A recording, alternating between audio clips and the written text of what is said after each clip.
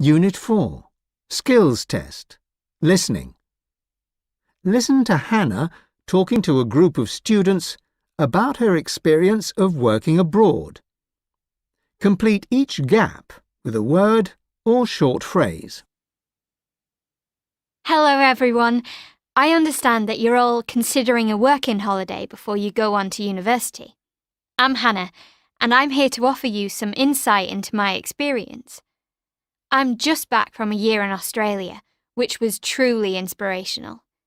The fact that I extended the original length of my trip by 6 months is probably an indicator of how much I enjoyed the time. But seriously, whether you're planning to go for a couple of months or longer, it's definitely worth working abroad, not least because you're earning money while getting to experience a whole new culture. Why did I choose Australia? Well, it had been on my places to visit list for a long time, and it's got a big advantage in that it's English-speaking, and I am not a linguist. However, I suppose the greatest attraction for me was that I had family connections out there, and I knew I'd get support if I really needed it, as opposed to Japan or Brazil, both of which I'd been considering. Sorting out everything official before I headed off was time-consuming and slightly daunting. However, getting a visa was nowhere near as difficult as I'd imagined. What did worry me slightly was ensuring that I had accumulated all the right paperwork in order to enter the country, like proof of the money I had in bank accounts and so on. The next step was finding a decent job that would pay relatively well, but which also allowed me enough time to explore where I was. After a few days checking out restaurant work, I realised that there were lots of people looking for similar jobs, so I had a rethink and headed for southern Australia to do some farm work.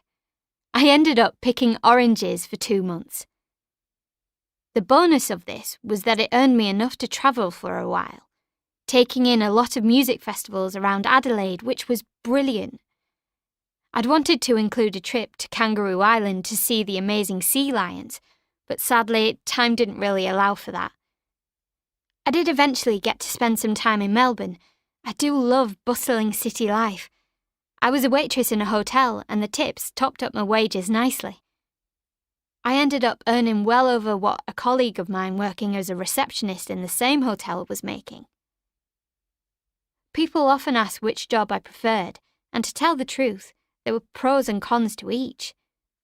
Both were rewarding in that they pushed me out of my comfort zone and taught me new skills. I have to say that the long hours and high temperatures made fruit picking challenging, but on the other hand, I was in the fresh air and got a terrific tan. For me, the value of a working holiday like the one I had is that it broadens your horizons.